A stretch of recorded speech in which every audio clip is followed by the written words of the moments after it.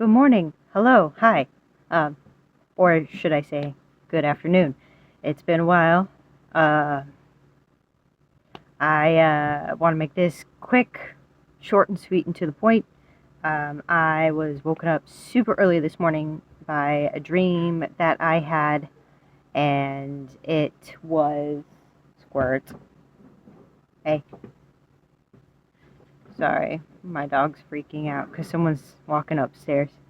Short and sweet to the point, I was woken up by a nightmare this morning, and it was a nightmare because I was just super anxious in it. So, long story short is I was in this weird, like, dystopian place. It was very, very futuristic, and yeah, so let me just read out what I wrote down this morning. I wrote it down in my blog, and I'll be posting that later along with this video for people who just want to read it or whatever, that are deaf and cannot hear me. But let me just read out what happened, the events, and then I'll tell you what I felt. So last night's dream woke me from a deep sleep. It was about 6:30 in the morning when I just startled awake. It was a nightmare, but it was futuristic. I don't remember much, but what I do remember is very weird. I was running away from a man. I knew that he was chasing me to catch me and lock me up, but what for I didn't know. I was wearing all white, like a mental patient's outfit, no pockets. I had something in my hand because I had no pockets to put it in. At one point, I remember putting it into my waistband of my pants since I had to run faster. There were children around, and I didn't want to hurt them. Where am I? I was running down a long, decently wide fake grass, almost like child's golf course type grass. And I was running down a long, decently wide fake grass strip. The glass windows were so tall, covered the edges of the building that it looked out over a huge city. All I remember seeing out there were out those windows. Wow, I'm sorry. I'm still very, very tired this morning. But let me start that again. I was running down a very long, decently wide fake patch of grass strip. The glass windows were so tall they covered the edges of the building, but it looked like a huge city. All I remember seeing out those windows was vast, sparkling lights. So that's what I thought was out there, a city that I couldn't reach or touch. Once I would almost hit a dead end, I veered off to the left and threw myself down a red slide that spinned. It wasn't straight, it just spinned down. I heard the man above me curse and talk to another man that was with him now. Once my feet hit the bottom, I sprinted as fast as I could because I had a feeling there was a man waiting for me down there, which there was. They nearly caught me by the arm, but I twisted away from it. So many children were around me, staring. Most I didn't pay attention to their faces, only caring not to run into them. The only one I caught the face of was a little boy. His eyes were so big with shock and sadness as I passed him on the left side. He looked worried about what was going on. I wanted to console him, but I knew if I did, they would catch me. What came after this was a bit of a blur, but what I can remember was I had hit a dead end of the fake golf course grass.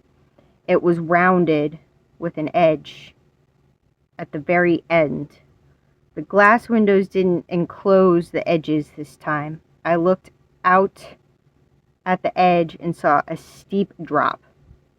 very steep, like story steep down, to more fake grass below that led out to a forever going path of more fake grass. It was wide as well, super wide, super long.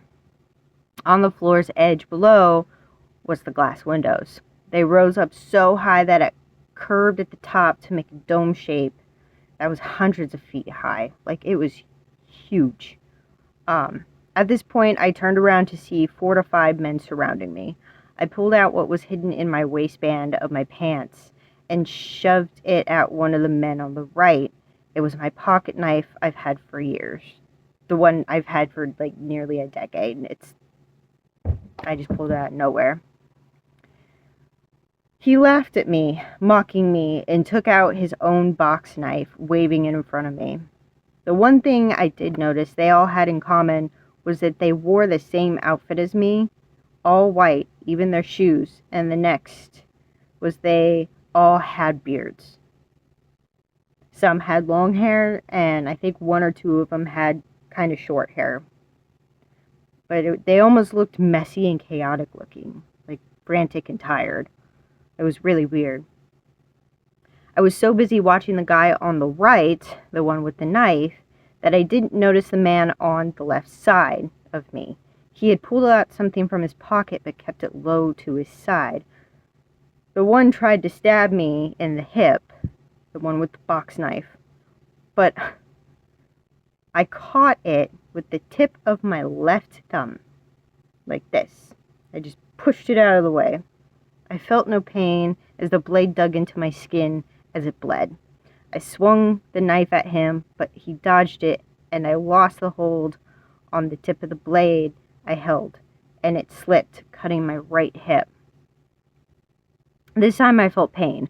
I grimaced in pain when I finally noticed the man on my left side. I saw in the corner of my eyes that he held a needle and thrusted it towards my left ear, and he was aiming literally for my ear canal. He was aiming for it. And I knew he was, and it freaked me out. He was trying to inject me with something into my brain, and I knew he was. And that's when I stepped back, I dropped the knife, and threw up my hands in surrender. All the men lowered their arms to their sides and just watched me. I told them I would go with them, but in the back of my mind, I wanted to jump off the edge. I woke up. Very weird dream. Lots of lefts. Lots of lefts indicating. So, let me just go on to describe what I felt. I felt like I was a prisoner that had escaped from my cell. That everyone around me, the children that were playing, had parents there, but the parents didn't really acknowledge me. They watched me, like, run by, but they didn't try to stop me, nothing. They were almost as confused, but a lot of them didn't care as the children. Like, the children were invested in me and what was going on, and the parents and adults, they were just like, oh, this is interesting, what's going on here? But all of them, they were in street clothes. I wasn't, and neither were the men chasing me, but everyone else was in street clothes. So it felt like I was being persecuted and thrown in jail for not wanting to do something. As I slowly woke up this morning and I was writing this dream down, I started to realize some things that just popped in my mind. And it was really, really weird. What they were trying to inject in me was the mark of the beast. Whether people believe that or not, that's what I believe, and it was something that came to me right away. So that's what I believe in, because it appeared to me so suddenly and so just definite. They were trying to inject into my head the mark of the beast, because I wasn't going along with it, what they wanted. It was a dystopia that they had created to enclose us. So all those lights out there, I don't know what those lights were, if it was the other cities of the world that were dystopian, or if they were part of the city that I just couldn't see how they interconnected. But it almost seemed real but fake. Like the glass dome was kind of just trying to show what life used to be, but not. But anyways, what they were trying to inject me with was the mark of the beast. There was something in it. I have this weird feeling that it was like a chip of some sort in the liquid, because I saw liquid in it out of my vision as I'm fighting off the other guy on my right side. But it was like liquid. And I knew that there was something in that liquid that would completely, utterly kill me. Physically and spiritually, I would be dead. And I was fighting tooth and nail to get away. But everyone around me that I dodged and tried to not fall over, especially children, it was like playgrounds where kids could go, and the parents were kind of just sitting off to the side and not even paying attention to their kids because they had the glass walls so they couldn't fall off. It was really weird. But it was,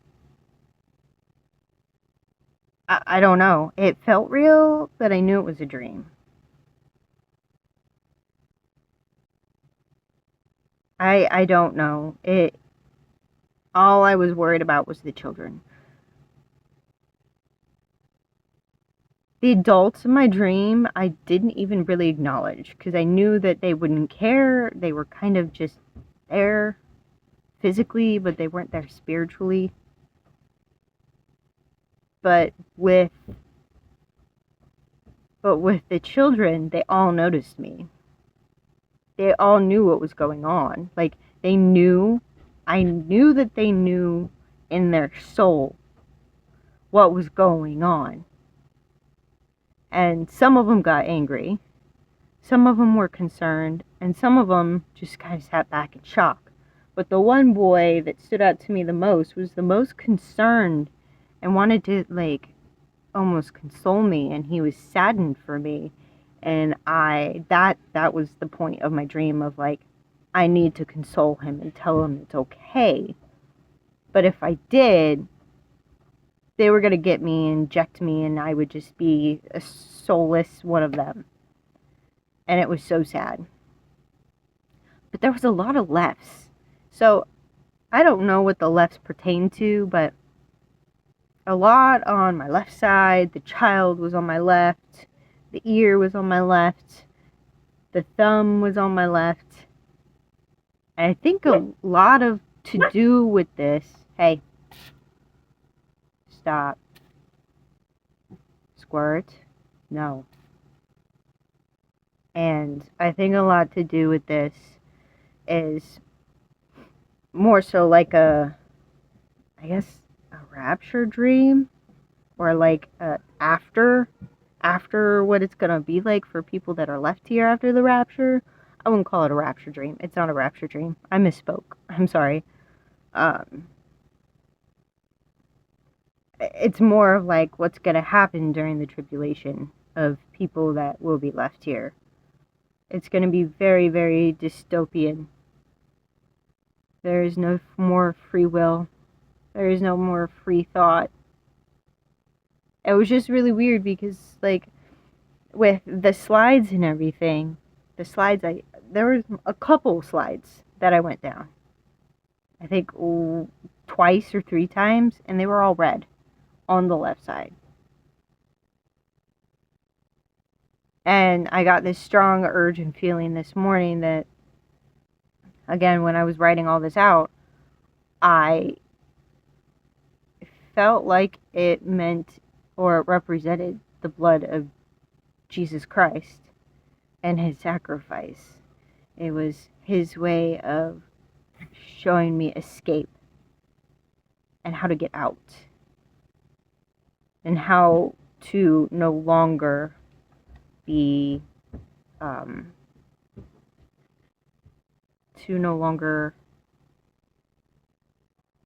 I'm sorry.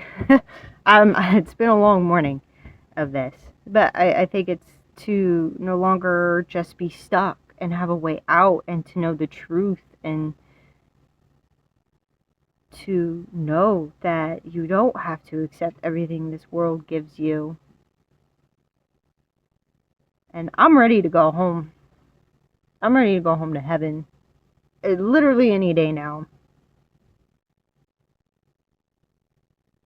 I talk to my animals most mornings. I have 4 of them. But most mornings I tell one of them, "Are you ready for Jesus to take us home?" Because Jesus is coming to take us home. And I haven't remembered my dreams in a while this last week, but I think a lot to do with that is because I was being spiritually attacked. And the devil's trying to get us to turn away and get distracted. And it's been a struggle, for sure. But I don't, I focus on the Lord. I focus on God. I focus on Jesus. I do what's necessary to stay focused. And sometimes people get mad at me because I'm on my phone too much, because I'm listening at gospel, or I'm listening to music or whatever. And, you know, I used to be sorry about that, but I don't care anymore. I care, but I can't allow it to deter me from steering clear from the Lord. Jesus is coming for us. I don't care what you say. Our time is up. These dreams, I've had very vivid dreams the last couple months. And this one was almost the most straightforward type I've ever had. The other ones I really, really had to think about. But our time is done. There are millions of people in the world right now, not just in America, but in the world, that feel the same. They have this gut feeling that something big is going to happen, and that's what is going to happen.